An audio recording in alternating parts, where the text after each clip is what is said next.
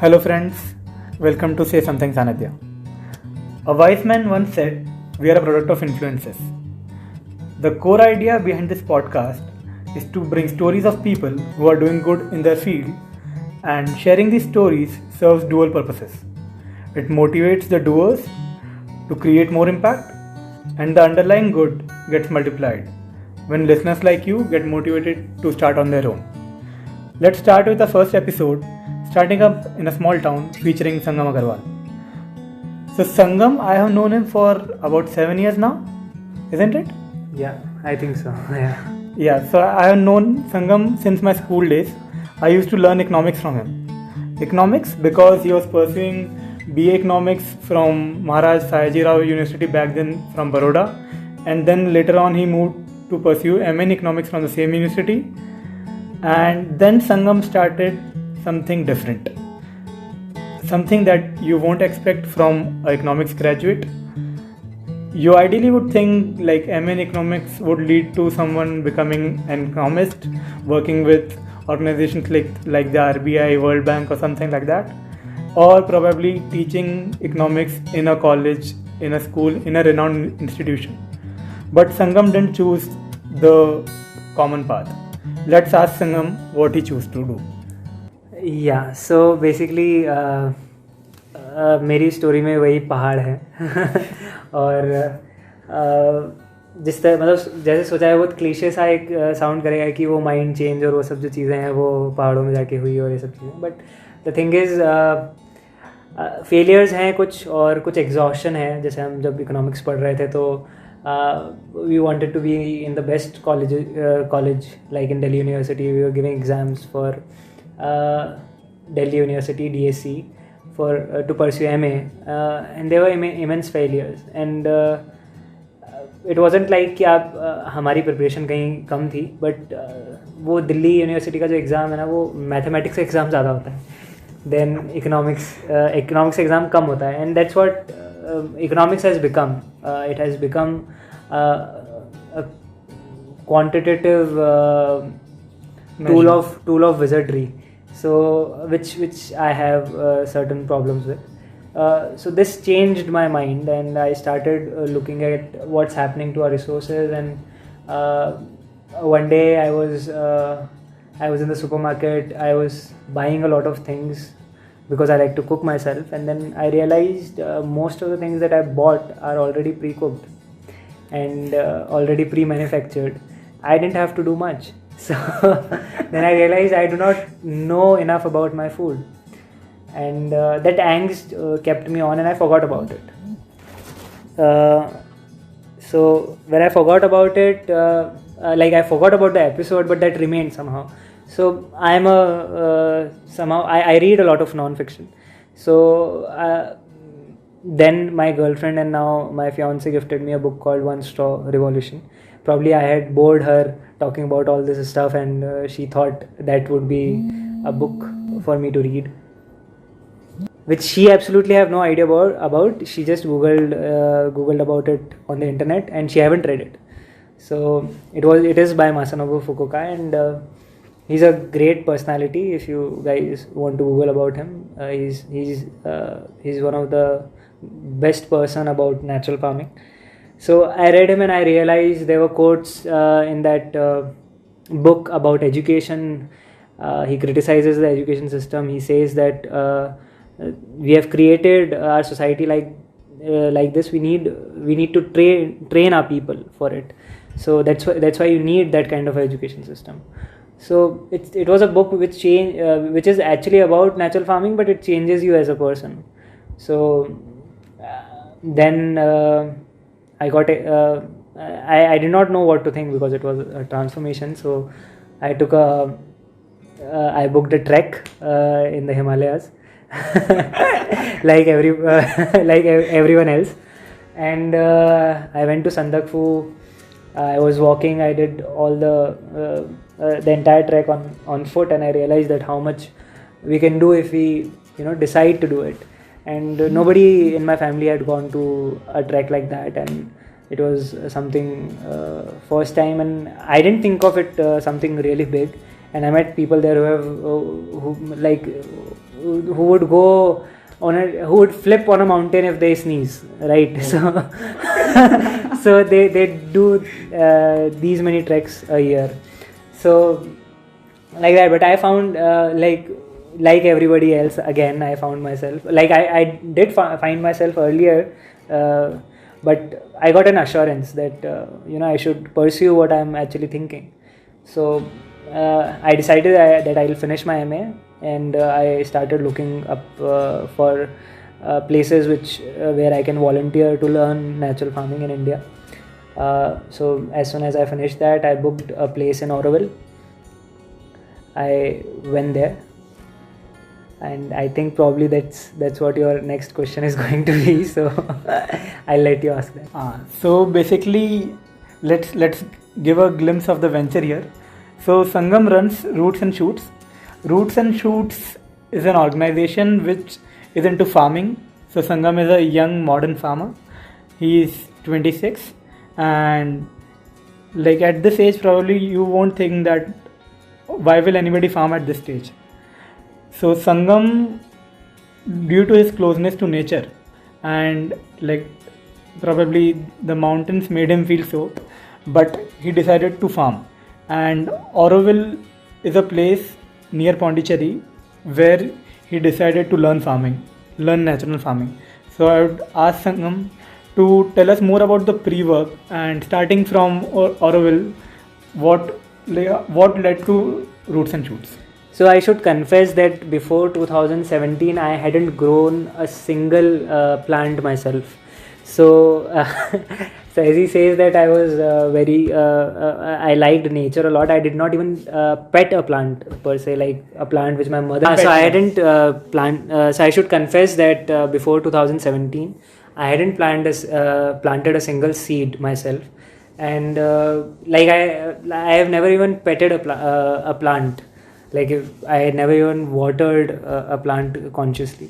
But yeah, I'm a person who takes care of, I was very concerned about plastic, and I would make sure that I do not pick up plastic bags if not absolutely necessary. And if I do, I recycle it. So that has always been there, and I do not litter. So that, and it's like an itch if I see somebody taking a plastic bag when they do not absolutely need it. That was always there. But so coming back to the story of Roots and Shoots, can you repeat the question? Sorry, that happens to me. I digress.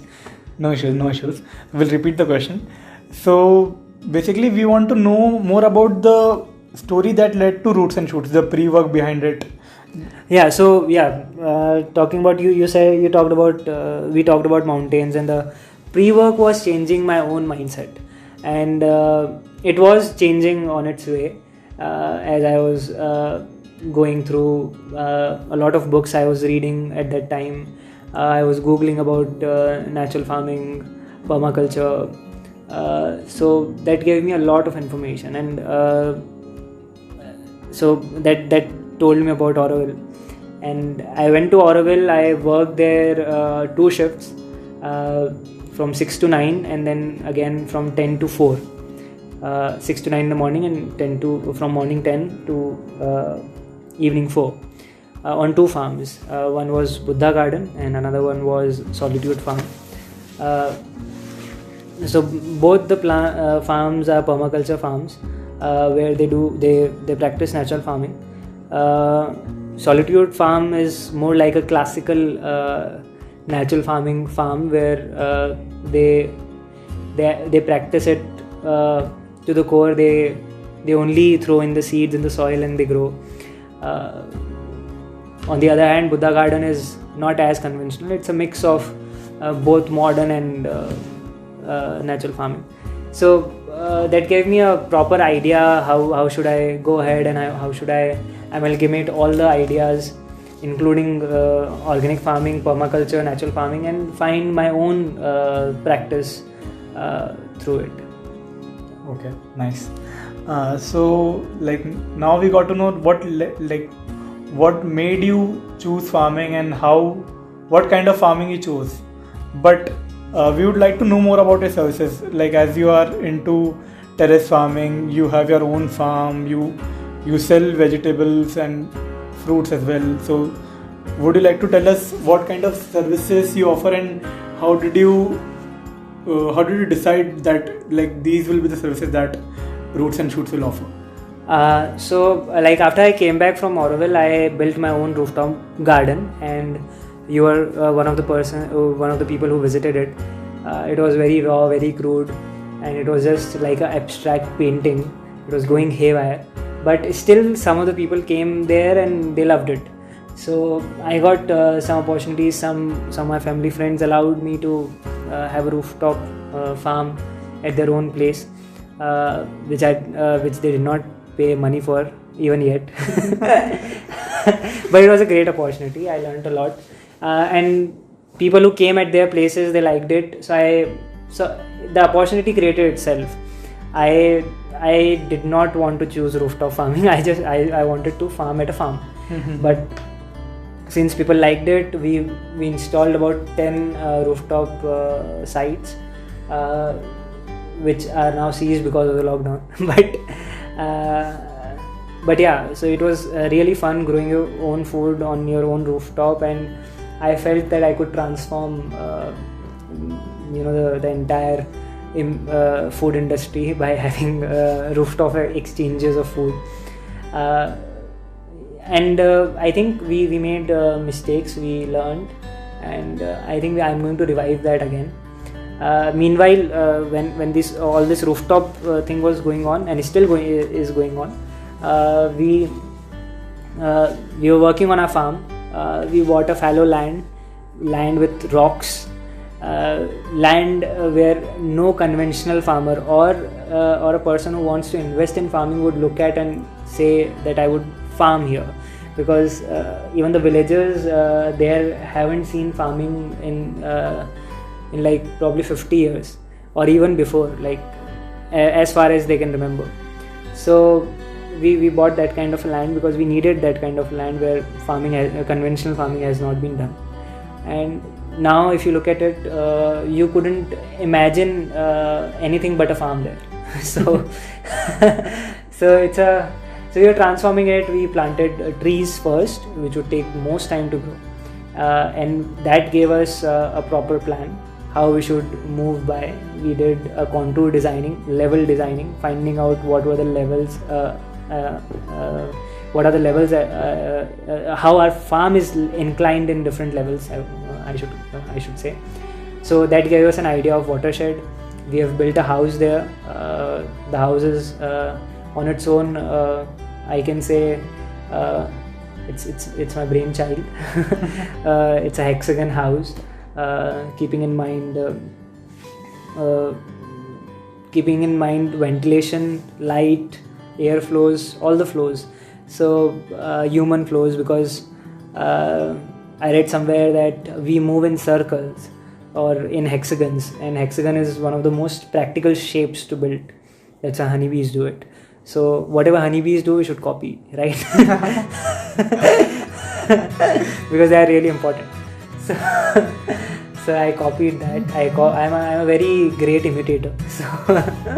So that's probably my nature is again a biggest inspiration.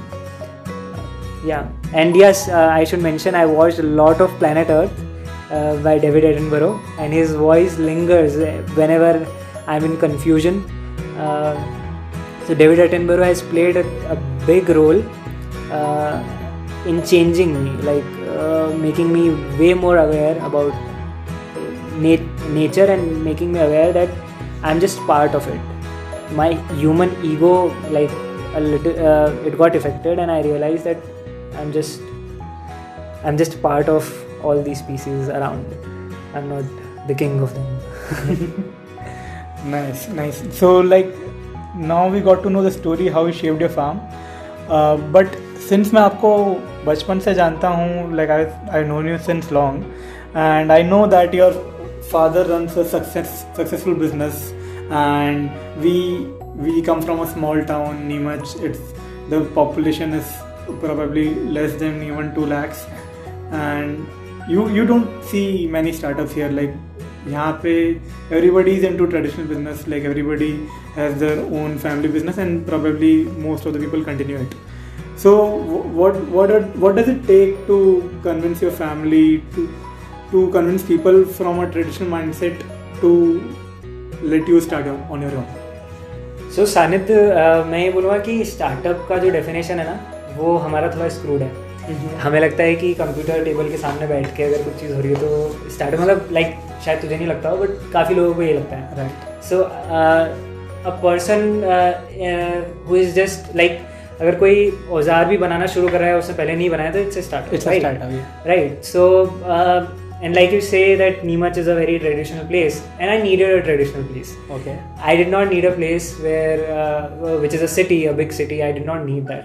I needed a place which is very traditional, where you could still find carpenters, you could still find people who would take out seeds from cotton, who right. Where you are still connected with traditional practices which are good. I'm not talking about traditional practices which are bad. I'm not going to promote child marriage here. So like as we have moved towards advancement, we have forgotten a lot of things which are already advanced, right? So I wanted to come back to that. And yeah, convincing the family part, it wasn't an issue because my father has always been supportive, and I think basically when people see conviction in you, and I can't say much, but I can say this much, that I if I decide something, I put a lot of work into it. So that I asked him for a few years, and then he said you can take a few more, because because he looked at me and he saw that he's doing all the work that he's supposed to do, and sometimes work that he's not supposed to do, he's also doing that. So I mean, he was pretty convinced. It's people around him, and people people who are not the stakeholders of what I do were a little more difficult to convince, and I think they'll come by, like as the business will grow, or like वो एक question सबका रहता है जो आपसे बाहर है, वो बस वो आप इस बिजनेस, मतलब इसके बारे में सिर्फ ये जानना चाहते हैं कि ये कितना देगी, राइट. तो वो एक इशू है. और because most of my father's friends are from Bania community, like from businessman backgrounds. So उनका बस यही लुकआउट है कि आप अगर कुछ कर रहे हो तो वो ब्याज का हिसाब लगाने वाला है. तो वो ब्याज के हिसाब में अगर घुस जाओगे तो फिर लाइफ का हिसाब नहीं लगा पाओगे, राइट. तो वहाँ से थोड़ा सा निकलना था, और वही है. और मतलब इस रूट्स एंड शूट्स को स्टार्ट करने का रीज़न सिर्फ और सिर्फ ये है कि हम we go back to basics, we slow down our life, and we learn things, not in a hurry, like learning, experiencing them. We have real knowledge, and like coming generation, or if I plan to have, me and my wife, if we plan to have offsprings, they should also be a little slow. I don't want them to be anxious, right? So that's why I chose this path, because I felt that world is going to be more and more anxious and more into anxiety as we move forward. So सबसे बड़ा take away यहाँ पर ये है कि क्या कहेंगे लोग से नहीं डरना चाहिए, क्योंकि कुछ तो लोग कहेंगे, लोगों का काम है कहना. True. Basically, like if you put in efforts, it pays off somewhere. Even if you don't see the results, but people will consider your efforts and let you do what you want to. I want to add to this, like so my only aim was to learn farming, and I'm still learning it. I am selling meanwhile. So like I grow random crops. The first time I grew a crop, it was all random. I plant everything. So, but there is some logic to it what I plant. But I plan everything, but I do not have any idea of quantity. I did not have any idea of quantity, how much I should plant and how much I would be able to sell. And you know, like when you are honest about how you are working, you know, world supports it. Whatever I produced got sold. I do not have any reserves. Oh. So that's what I want to add. So if you want to, if this video, this audio or this podcast is going to has some inspiration in this, you should take this away. Like if you want to do something, do not think about too many things. You just keep on think about learning while you are going ahead. So this brings us to the next question. I guess the listeners would have understood by now that money is not your biggest motivator. So can you explain us your philosophy that money is a byproduct of your actions? So just now before this podcast, Sanidhya and I were discussing about economics, and if you want, you can create money out of thin air, and you can create money out of money also. So there are a lot of ways. So money is not a big deal. Like being in economics, I learned that if I want money, I can. I have my father's business. It can produce as much money as I want, and that does not give a good aftertaste. It does not give you a good feeling, right? So once J.S. Mill and other philosophers in economics, the utilitarian philosophers, and even philosophers who inspired Gandhi, they used to say that means are also important, not just the ends. So I wanted to choose good means. Yeah, so that's basic behind it, and money is going to follow, because there's one more thing. Like if you do something novel, which people can't think of, then probably it sells. Like if you read about it, but I did not read about it like that. But I think that also happens, and also mostly the hard work. And if you think struggle as your struggle as just a feedback loop, and you take everything very positively and just keep on growing, I think money always follows. So, and do not chase money. Like do not want do not want too many luxuries. You do not want too many. I do not want too many luxuries, too many comforts. I just want basic things. So if that's clear, then I think. So another important thing about Roots and Shoots is it promotes eating local, and it promotes the circular economy. It wants the money to stay in the local ecosystem, in the local loop. So we would like to ask Sangam why he believes in this, and why even he has refused to customers who have asked him to export his goods to other countries like Singapore. Yeah, so I do not want to, why we promote local food is because there are several reasons to it, and I can go on and on about it, but I would like to explain in just few examples. Like if you're growing rice and you are exporting it to London or to England, you are actually exporting your water, your natural resources to England, because that amount of water, that amount of land, or that portion of land, that those natural resources could have been used to produce something else, to feed the farmer who is growing it, right? So water and wheat require a lot of wheat and rice require a lot of water, and that depletes our water resources. So there is one more thing, that if we all start eating millets, we'll be serving all the farmers. That would be a big social service, because it requires very less amount of water, and farmer suicides will not happen. Right. So coming back to why eat locally, so if you think selfishly also, local is really fresh. If when your food, whatever you're putting in your mouth survives in the climate that you're living in, then you will survive better in the climate that you are living in. So your food and yourself should have a proper relationship with the climate that you both live in. And there is, of course, less amounts of preservatives attached to food that is locally grown. There are local herbs. They are tastier. They are more flavorful. So everything is good about local. So that's why we should eat local. Nice. And what about the circular economy?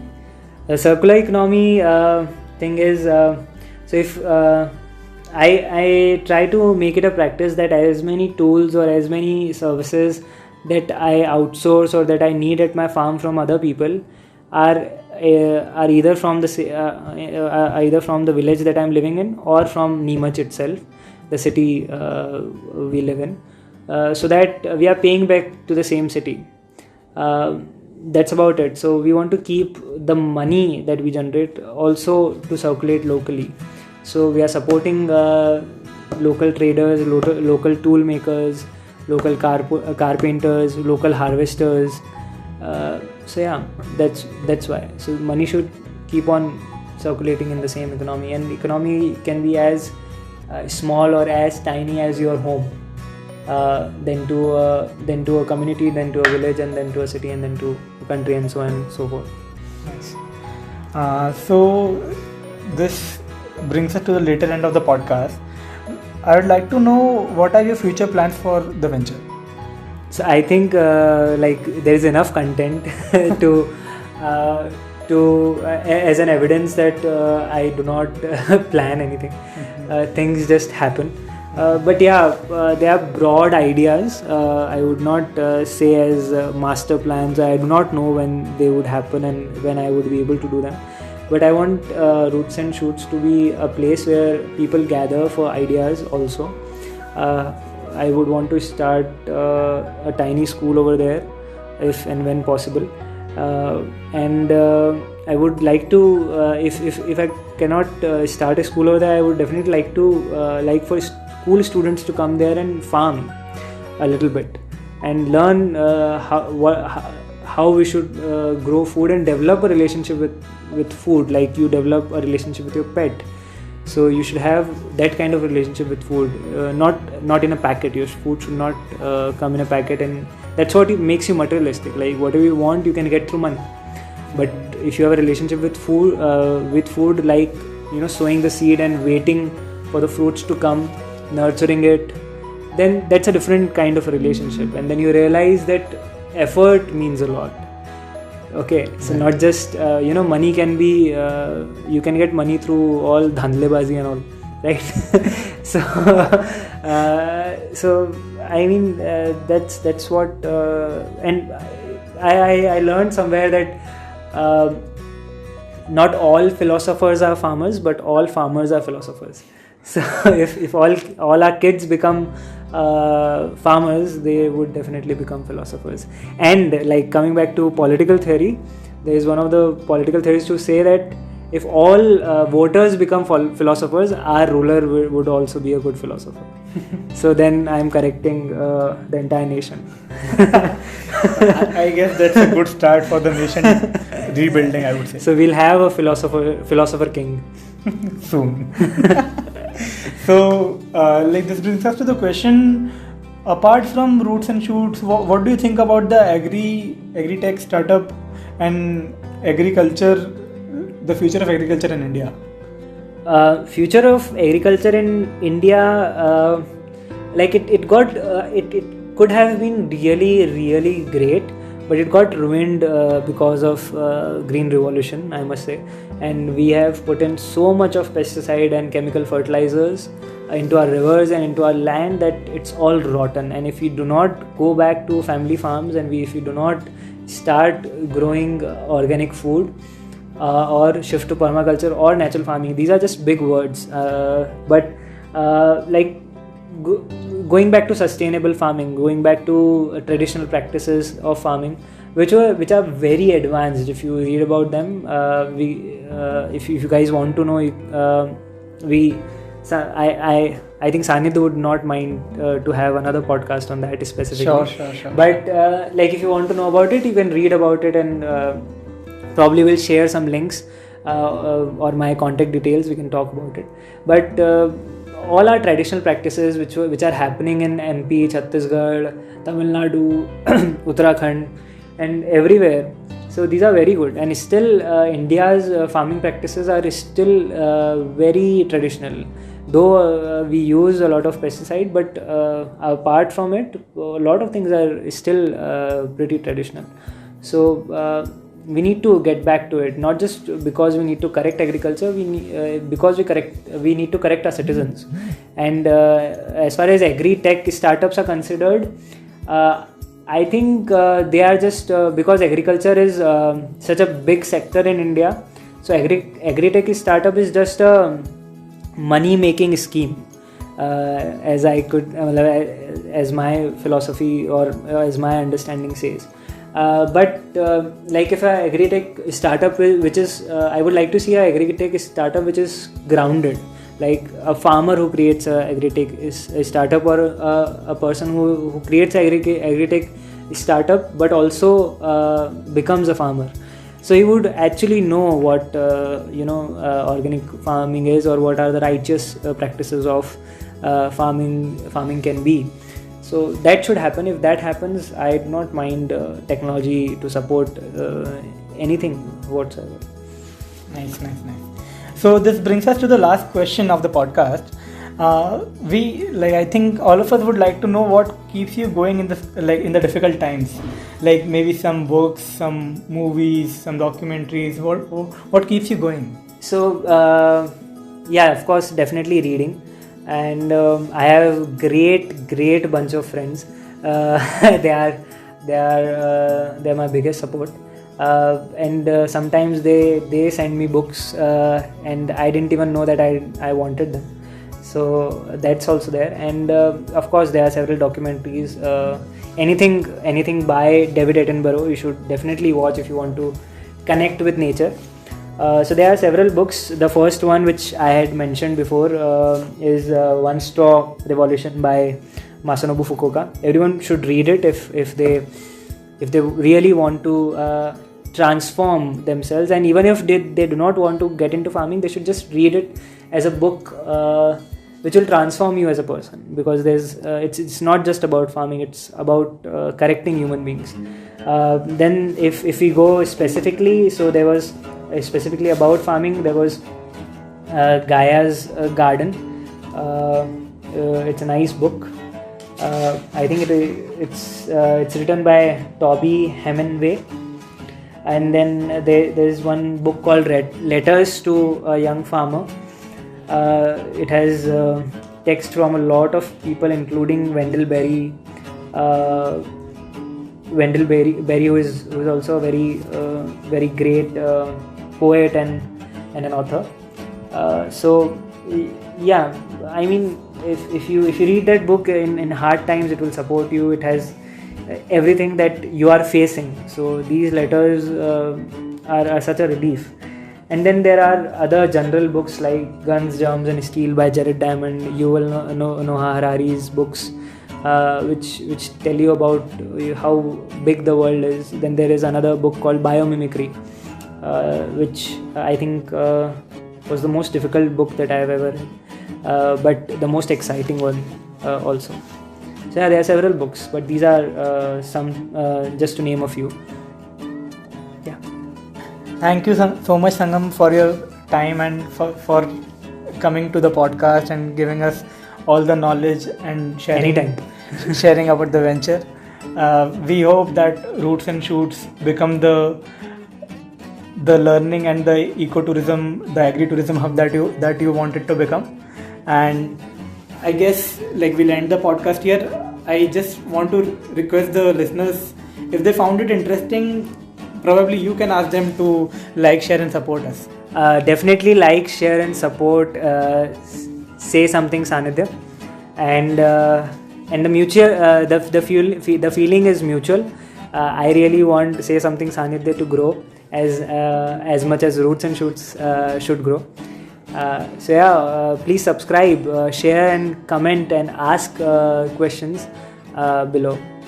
So if you want to get connected to Sangam, if you have any questions, you can reach out to us in the comments. Thank you.